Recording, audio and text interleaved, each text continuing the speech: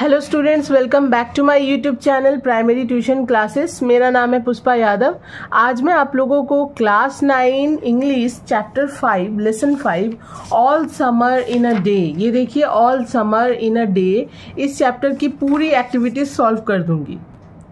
इस चैप्टर को मैंने पूरा पढ़ा दिया है, लाइन बाय लाइन हिंदी में डिस्क्राइब कर दिया है और आज मैं इसकी सारी एक्टिविटीज़ जितनी भी है एक्सरसाइज 1 से लेकर एक्सरसाइज 5 तक पूरी इस वीडियो में सॉल्व कर दूंगी। ठीक है, तो चलिए स्टार्ट करते हैं। आप लोग अपने अपने बुक्स में देखिए, मैं एक एक क्वेश्चन रीड करूंगी और आंसर आप लोगों को बताती जाऊंगी।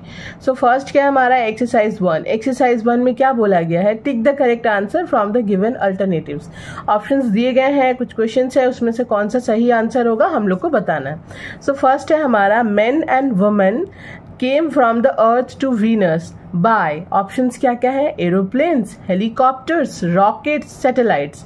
तो men and women यानी कि आदमी और औरतें जो और आदमियों जो थे, मतलब इतने सारे लोग जो थे, आदमी और औरत, वो अर्थ से वीनस पर किस तरह आए थे। ठीक है, एरोप्लेन्स के थ्रू, हेलीकॉप्टर्स के थ्रू, रॉकेट्स के थ्रू या सैटेलाइट्स के थ्रू। तो अगर आप लोगों ने ये चैप्टर नहीं पढ़ा है और नहीं समझा है तो प्लीज जाके पहले समझिएगा। तो हम लोगों ने इस चैप्टर में पढ़ा है कि men and women किस तरह आते थे वीनस पर, रॉकेट्स के थ्रू। किस तरह आते थे, रॉकेट्स के थ्रू। ठीक है, तो ऑप्शन नंबर सी, रॉकेट्स के थ्रू। चलिए अब हम लोग दूसरे नंबर में आते हैं। तो देखिए, हाँ अब देखिए दूसरा नंबर क्या है, the children learn that the sun was like a और एन। तो बच्चों ने क्या सीखा था, सूरज जो था वो किसकी तरह दिखता था, लेमन की तरह, एप्पल की तरह, ऑरेंज की तरह या गुआवा की तरह। तो इस चैप्टर में हम लोगों ने क्या पढ़ा है, तो इस चैप्टर में हम लोगों ने पढ़ा है कि बच्चों ने यह सीखा कि ये जो सूरज था वो एक लेमन की तरह दिखता था। तो the children learned that the sun was like a lemon. Okay, option number A होगा इसका सही answer. Number 3, the children had long forgotten the colour of the earth, sun, Venus या मून। बच्चे जो थे वो किस चीज की रंगत बहुत लंबे समय तक भूल चुके थे। किस चीज की रंगत या किस चीज का रंग, तो क्या अर्थ का, सन का, वीनस का या मून का। तो ऑब्वियसली हम लोगों ने बुक में क्या पढ़ा है इस चैप्टर में, सन की जो कलर था, सन का जो कलर था वो बच्चे जो थे लॉन्ग टाइम से, मतलब बहुत लंबे समय तक वो लोग भूल चुके थे कि सन किस कलर का होता है। Number 4, when the children felt warm in the sun, they took off their jackets, sweaters, blazers या coats। बच्चों ने सूरज की गर्मी महसूस करने के लिए किस चीज को उतार दिया, जैकेट को उतार दिया, स्वेटर्स को उतार दिया, ब्लेजर्स को उतार दिया या कोट्स को।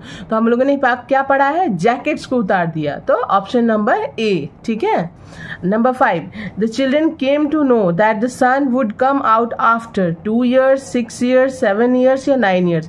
बच्चों ने यह जाना कि यह जो सूरज है वो कितने समय के बाद निकला, 7 साल के बाद। कितने समय के बाद, 7 साल के बाद। तो the children came to know that the sun would come out after 7 years। ठीक है, 7 साल के बाद निकलेगा, ऐसा उन्होंने जाना। ठीक है, अब हम लोग आ जाते हैं एक्सरसाइज 2 में। अच्छा, answer the following questions with in 15 words. यहाँ पे जितने भी क्वेश्चंस दिए गए हैं इनका आंसर आप लोगों को 15 वर्ड्स में देना है। ठीक है, 15 से ज्यादा भी हो सकता है, कम भी हो सकता है, जिसका जो आंसर है हम लोग तो वही लिखेंगे ना, उससे ज्यादा तो लिखेंगे नहीं। तो चलिए, पहला नंबर है, how did the heavy storms affect the island of Venus. वो जो तेज तूफान थी वो किस तरह वीनस ग्रह यानी कि शुक्र ग्रह को प्रभावित करती थी। ठीक है, तो चलिए इसका आंसर मैंने लिखा हुआ, मैं आप लोगों को बताती हूँ। ठीक है, तो चलिए अब इसका आंसर मैं आप लोगों को बताती हूँ। नंबर ए, ये देखिए, तो इसका आंसर होगा ये वाला, ये देखिए, हाँ, heavy storms caused tidal waves to come over the island of Venus। तेज तूफानों में जो ज्वार की लहरें थी वो वीनस यानी कि शुक्र ग्रह के द्वीपों पर आ जाती थी। ठीक है, तो इसका आंसर क्या होगा, heavy storms caused tidal waves to come over the island of Venus। यानी कि तेज तूफानों में ज्वार की लहरें जो थी वो द्वीपों पर आ जाती थी। ठीक है, अब नंबर बी नंबर में आते हैं। What did the children write about the sun? बच्चों ने सन के बारे में क्या लिखा था। तो चलिए हम लोग इसके बारे में भी जानते हैं। The children wrote small stories, essays and poems about the sun। बच्चों ने सूर्य के बारे में छोटी छोटी कहानियां, लेख और कविताएं लिखी थी। Okay, number C, where did the children play, ये देखिए where did the children play, बच्चे कहाँ खेल रहे थे या बच्चे कहाँ खेलते थे। इसका आंसर होगा the children played in the echoing tunnel of the underground city. क्या होगा, the children played in the echoing tunnel of the underground city. बच्चे जो थे वे सुरंग के नीचे, मतलब वे जमीन के नीचे गूंजती सुरंगों में खेलते थे। तो यानी कि बच्चे कहाँ खेलते थे, बच्चे जो थे वे जमीन के नीचे की गूंजती सुरंगों में खेलते थे। डी नंबर में देखिए क्या है, डी नंबर में है how did the jungle in Venus look, यानी कि शुक्र ग्रह का वीनस पर जो जंगल था वो किस तरह दिखता था। तो ये इसका आंसर होगा the jungle in Venus looked like the colour of rubber, ash and ink. I repeat, the jungle in Venus looked like the colour of rubber, ash and ink. शुक्र ग्रह पर, यानी कि शुक्र ग्रह पर या फिर वीनस पर जो जंगल था वो किस तरह का दिखता था, वो ना एक रबड़ के रंग का, ऐश यानी राख के रंग का और इंक यानी स्याही के रंग का, मतलब इस तरह से वो मिला जुला कर इस तरह का दिखता था। ठीक है, क्योंकि उसने सालों मतलब सालों पर कितने कितने दिन जो थे, साल बीत गए, उन्होंने उन पेड़ों ने बिना पानी के बिताए। सो दैट्स वाई वो उस तरह हो गए थे कि उनका जो कलर था वो रबड़ की तरह, ऐश की तरह और इंक की तरह वो लोग दिखते थे। ठीक है, तो ये हो गया सारा एक्सरसाइज 2 का सारा आंसर। ठीक है, आई होप आप लोग को अच्छे समझ में आया। देख लीजिए अच्छे से, number 1, number 2, number 3, number 4। Okay, तो चलिए एक्सरसाइज 3 में अब आ जाते हैं हम लोग। सो एक्सरसाइज 3, फर्स्ट क्वेश्चन है why were the children eager to see the sun. बच्चे जो थे इतने उत्साहित क्यों थे सूर्य को देखने के लिए। तो चलिए इसका आंसर मैं आप लोगों को बताती हूँ। The children had forgotten the colour and heat of the sun. They had read about the sun in the class the day before, so they were eager to see it. यानी कि बच्चे जो थे वे सूर्य की गर्मी और उसका रंग जो थे वो भूल चुके थे। उन्होंने एक दिन पहले ही सूर्य के बारे में, मतलब एक दिन पहले ही या फिर पिछले दिन कक्षा में उन्होंने सूरज के बारे में पढ़ा था, इसलिए वे उसे देखने के लिए और उत्सुक थे। ठीक है, तो ये हो गया इसका answer. The children had forgotten the colour and heat of the sun. They had read about the sun in the class the day before, so they were eager to see it. Okay, अब आ जाते हैं हम लोग B number में। B number देखिए, what did the children do immediately after the rain stop.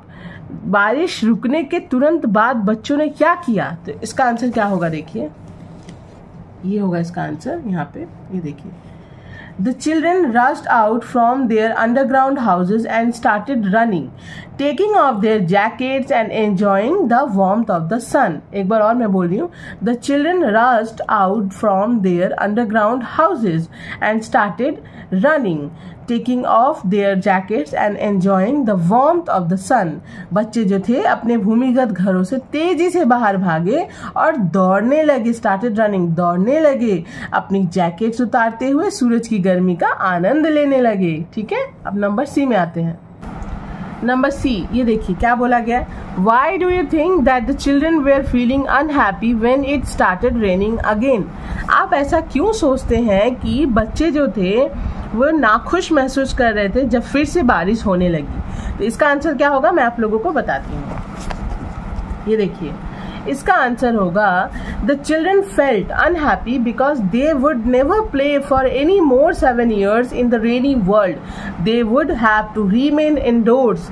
They would not enjoy the warmth of the sun each other any more. इसका मतलब हुआ बच्चे जो थे वे दुखी महसूस कर रहे थे क्योंकि अब वे अगले 7 वर्षों तक बारिश से भरी इस दुनिया में फिर कभी नहीं खेल पाएंगे। उन्हें घर के अंदर ही रहना पड़ेगा। वे अब एक दूसरे के साथ सूरज की गर्मी का आनंद नहीं ले पाएंगे, इसीलिए वे बहुत ही अनहैप्पी फील कर रहे थे। मैं एक बार और बता देती हूँ। The children felt unhappy because they would never play for any more 7 years in the rainy world. They would have to remain indoors. They would not enjoy the warmth of the sun each other anymore. बच्चे दुखी महसूस कर रहे थे क्योंकि अब वे अगले 7 वर्षों तक बारिश से भरी इस दुनिया में फिर से कभी नहीं खेल पाएंगे। उन्हें घर के अंदर ही रहना पड़ेगा और वे एक दूसरे के साथ सूरज की गर्मी का आनंद नहीं ले पाएंगे, इसीलिए वे बहुत ही सैड थे। ओके, तो चलिए अब हम लोग आ जाते हैं एक्सरसाइज 4 में। एक्सरसाइज 3 हमारा कंप्लीट हुआ। ये देखिए एक्सरसाइज 4, डू एज डायरेक्टेड, यानी कि जैसा निर्देश दिया गया है वैसे हम लोगों को करना है। I have a blue pen, change into a complex sentence, इसको कॉम्प्लेक्स सेंटेंस में चेंज करना है। तो चलिए इसको कैसे करना है मैं आप लोगों को बताती हूँ। I have a blue pen था ना, जिसको कॉम्प्लेक्स सेंटेंस में चेंज करना है। आंसर होगा I have a pen which is blue. I repeat, I have a pen which is blue. ये कॉम्प्लेक्स सेंटेंस में हमने कन्वर्ट कर लिया। ओके, नेक्स्ट है हमारा number B. Seeing a snake, the boy shouted. Change into a compound sentence, यानी कि इस सेंटेंस को कंपाउंड सेंटेंस में चेंज करना है। Seeing a snake, the boy shouted. इसका होगा The boy saw a snake and he shouted. The boy saw a snake and he shouted. Okay? C number में देखिए, I know a man who is very wise. Change into a simple sentence. अब इसको simple sentence में convert करना है। इसका होगा I know a very wise man. I know a very wise man. Okay? D number में देखिए क्या है, The girl who is dancing on the stage is my sister. इसको change into a compound sentence. अब इसको compound sentence में change करना है। इसका होगा The girl is dancing on the stage and she is my sister. The girl is dancing on the stage and she is my sister. Okay? D number हो गया। अब E नंबर में आते हैं। पहले E नंबर का मैं question read कर लूँ। तो E नंबर का है, देखिए, I met my friend and told her about an incident. Change into a simple sentence. इसको कैसे करना है? I met my friend to tell her an incident. Okay? मैं एक बार और अच्छे से बता दे रही हूँ। I met my friend to tell her an है ANN incident, बस। अब F नंबर में देखिए, The sky was overcast but it didn't rain. Change into a complex sentence. इसको complex sentence में change करना है। Although the sky was overcast, it didn't rain. Although the sky was overcast, it didn't rain. Okay? हो गया हमारा exercise 4 complete. अब last हम लोग एक्सरसाइज 5 में आते हैं। तो एक्सरसाइज 5 में क्या बोला गया है, देखिए एक्सरसाइज 5 में बोला गया है, Write a letter within 100 words to the postmaster of your locality, informing him about the loss of an important letter addressed to you, and requesting him to help you get it. Okay? इसका मतलब हुआ अपने क्षेत्र के डाकपाल, postmaster means डाकपाल को 100 शब्दों के भीतर एक पत्र लिखिए जिसमें उन्हें आपके नाम एक महत्वपूर्ण पत्र के खो जाने की सूचना दी गई हो और उनसे वह पत्र प्राप्त करने में सहायता करने का अनुरोध किया गया हो। ठीक है, मतलब उस लेटर में हम लोग को ये लिखना है कि मुझे एक मतलब मेरे लिए एक लेटर एड्रेस किया गया था। ठीक है, मतलब मुझे एक लेटर भेजा गया था जो किसी भी चीज़ से संबंधित हो सकता है, एडमिशन से संबंधित, जॉब से संबंधित, किसी भी चीज़ से संबंधित हो सकता है, मेडिकल से संबंधित कुछ भी, वो आप तक नहीं पहुंचा है। ठीक है, खो गया है या आप तक नहीं पहुंचा है, तो आप पोस्ट मास्टर से इस चीज़ के बारे में उन्हें बताओगे और उनसे रिक्वेस्ट करोगे कि वह पत्र प्राप्त करने में वे आपकी सहायता करें। ठीक है, तो ये हो गया इसका हिंदी मीनिंग। अब हम लोग इसका लेटर मैंने क्या लिखा है, कैसे लिखा है और इसका हिंदी मीनिंग भी बताती हूँ। तो इसको मैंने इस तरह से लिखा है, ये देखिए। सो फर्स्ट आप लोगों को यहाँ पर ये देखिए, टू द पोस्ट मास्टर, ये जो है ना, ये आपके डाकघर का या फिर आपका पोस्ट ऑफिस का पता होना चाहिए, आपके पोस्ट ऑफिस का। ठीक है, जो लेटर लिख रहा है उसके पोस्ट ऑफिस का पता होना चाहिए। मैंने यहाँ पर बस समझाने के लिए एक रफली एड्रेस ले लिया है, एक ऐसे ही ले लिया है। ठीक है, तो आप ये वाला यहाँ पर आपके पोस्ट ऑफिस का पता होना चाहिए। टू द पोस्ट मास्टर, मैंने यहाँ बस समझाने के लिए ऐसी एक एड्रेस ले लिया, Tufanganj new town post office, Tufanganj Cooch Behar, west Bengal 736160। ठीक है, यहाँ पर आपके पोस्ट ऑफिस का पता होना चाहिए। ठीक है, जो आपके लोकेलिटी का पोस्ट ऑफिस है वहाँ का आपका पता होना चाहिए यहाँ पर। उसके बाद हमारा सब्जेक्ट क्या है, loss of an important letter. ठीक है, यानी कि एक महत्वपूर्ण लेटर का खो जाना, यही आपका सब्जेक्ट है, विषय है। अच्छा, तो अब हम लोगों ने लेटर क्या लिखना है, ये देखिए। लेटर में हम लोग लिखेंगे रिस्पेक्टेड सर और मैडम, जो भी पोस्ट मास्टर के पद पे है, रिस्पेक्टेड सर और मैडम। ठीक है, I am writing to inform you that an important letter related to my school admission has not yet been delivered. The letter was expected on 14th April 2025. Because आज 14th अप्रैल है, so that's why मैंने आज का ही date लिखा है 14th April 2025. ठीक है. And contains admissions confirmation and necessary documents. आप वहाँ पे कोई भी डेट दे सकते हो. ठीक है. And contains admission confirmation and necessary documents. I have checked with the local postman and also visited the post office, but there is no update about it. This letter is very important for my academic future. ACADED 1 second, मैंने यहाँ पे कुछ गलती, academic को मैंने double लिख दिया, DE मैंने डबल लिखा है. ठीक है. तो आप लोग इसको काट दीजिएगा. ACADEMIC academic. Okay, academic future. I kindly request you to look into the matter and help me trace the letter at the earliest. Your assistance in this regard will be highly appreciated. Thanking you. उसके बाद आपको यहाँ पे your sincerely आपका नाम लिखना है, आपका एड्रेस देना है, डेट देना है एंड आपका कॉन्टैक्ट नंबर देना. मतलब ये देने से आप ऑब्वियसली हम लोग पोस्ट ऑफिस में जब भी कुछ लिखते हैं तो कॉन्टैक्ट नंबर क्यों देते हैं, ताकि वो हमें कॉन्टैक्ट करे. ठीक है. वो ऑप्शनल है. ठीक है. बस ये एक लेटर लिखने का तरीका होता है, मैंने आप लोगों को बताया. ठीक. तो चलिए मैं आपको एक बार और बताती हूँ ये वाला, और आप लोगों को पढ़ा के समझाती भी हूँ. ठीक है. तो सबसे पहले हमारा to the post master, Tufanganj, new town post office, Tufanganj, Cooch Behar, west Bengal 736160. यहाँ पर आपका एड्रेस होना चाहिए. ओके. उसके बाद है subject, loss of an important letter, यानी कि एक प्रवेश दाखिला से संबंधित एक महत्वपूर्ण पत्र गुम हो जाने के बारे में सूचना. ओके. यहाँ पर जो है ना आपके स्थानीय डाकघर का नाम होना चाहिए, आपके क्षेत्र का नाम होना चाहिए. ओके. तो चलिए अब हम लोग रिस्पेक्टेड सर या मैडम, यानी कि आदरणीय सर और madam, I am writing to inform you that an important letter related to my school admission has not yet been delivered. मैं आपको सूचित करना चाहती हूँ कि मेरे नाम एक महत्वपूर्ण पत्र जो मेरे विद्यालय दाखिला से संबंधित है या प्रवेश से संबंधित है अब तक प्राप्त नहीं हुआ है. The letter was expected on 14th April 2025. यह जो लेटर है यह 14 हम लोग कोई भी डेट सकते, 5 अप्रैल, 14 अप्रैल, जब आपको ये एक्सपेक्टेड था कि हाँ ये लेटर मुझे आज मिलेगा, यह पत्र 14 अप्रैल 2025 को आने की उम्मीद थी. ठीक है. And contains admission confirmation and necessary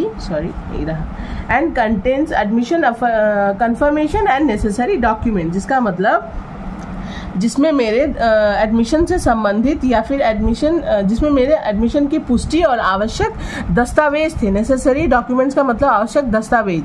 I have checked with the local postman and also visited the post office, but there is no update about it.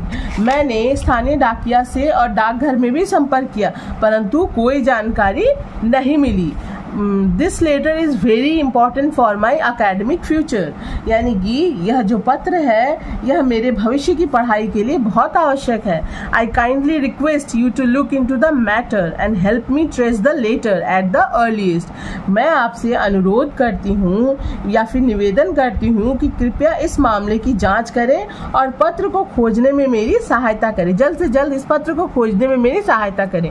Your assistance, ये देखिए, your assistance in this regard will be highly appreciated. इसका मतलब इस संदर्भ में आपकी सहायता अत्यंत सराहनीय होगी. ठीक है. ये हो गया इसका आंसर. उसके बाद थैंकिंग यू, आपकी आभारी. उसके बाद आपका नाम दे देना है, एड्रेस दे देना है, डेट दे देना है. ओके. ये हो गया हमारा पूरा का पूरा लेटर. ओके. और आज के लिए इतना ही, क्योंकि ये पूरा का पूरा चैप्टर कंप्लीट होता है. सारी एक्टिविटीज मैंने सॉल्व कर दी है. तो वीडियो अगर आप लोगों को अच्छी लगी है तो प्लीज वीडियो को लाइक, शेयर एंड सब्सक्राइब कीजिए. मैं मिलती हूँ नेक्स्ट वीडियो में. बाय.